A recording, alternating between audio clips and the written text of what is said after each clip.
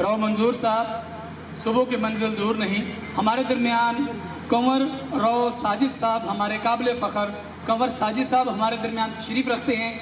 آئیں اور اپنے خیالات کا اظہار فرمائیں. جی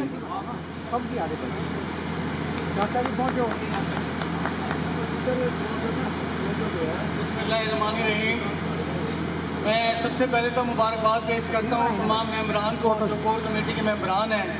انہوں نے اتنا خوبصورت ہماری راجپوت برادری کا، جس میں ہمارے کانی گاؤں کے بھی جو ہیں وہ بھائی شامل ہیں، جس میں بہت خوبصورت ہمارے جو ہیں عمر فاروق صاحب ہیں، اور ان کے ساتھ جو تشریف فرمائے ہمارے بزرگ، وہ بھی میں ان دونوں کا بہت مشکور ہوں.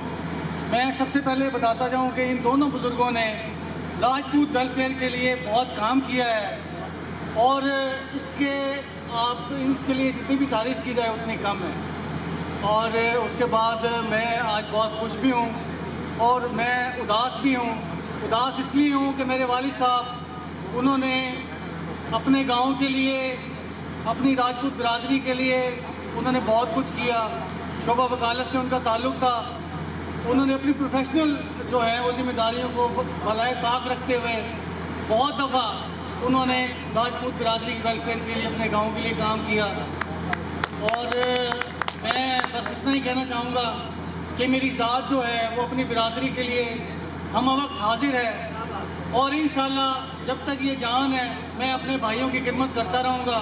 اور جس بھائی کو بھی کبھی کسی قسم کی کوئی قانونی مشورہ کوئی درکار ہوگا، کسی شعبے میں کوئی کام ہوگا، اس کے لیے مجھے اگر جانا پڑے گا، اس کے ساتھ قدم ملانا پڑے گا، میں حاضر ہوں.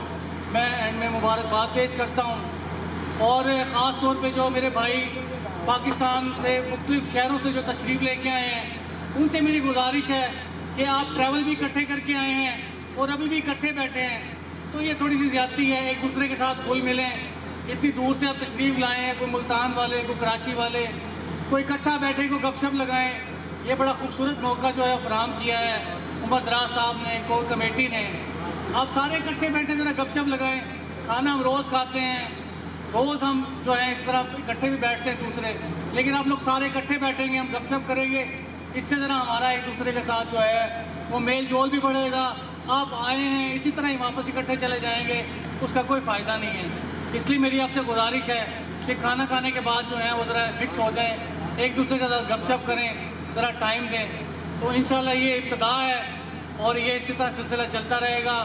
اسی طرح انشاءاللہ جو ہے ہم ایک دوسرے کے ساتھ اب مزید اب اکٹھے ہو گئے ہیں انشاءاللہ، اور یہ گلدستہ جو ہے پھولوں کا انشاءاللہ اسے خوبصورت بنائیں گے اور انشاءاللہ یہ بنے گا. تمام بھائیوں کا شکریہ. اللہ حافظ.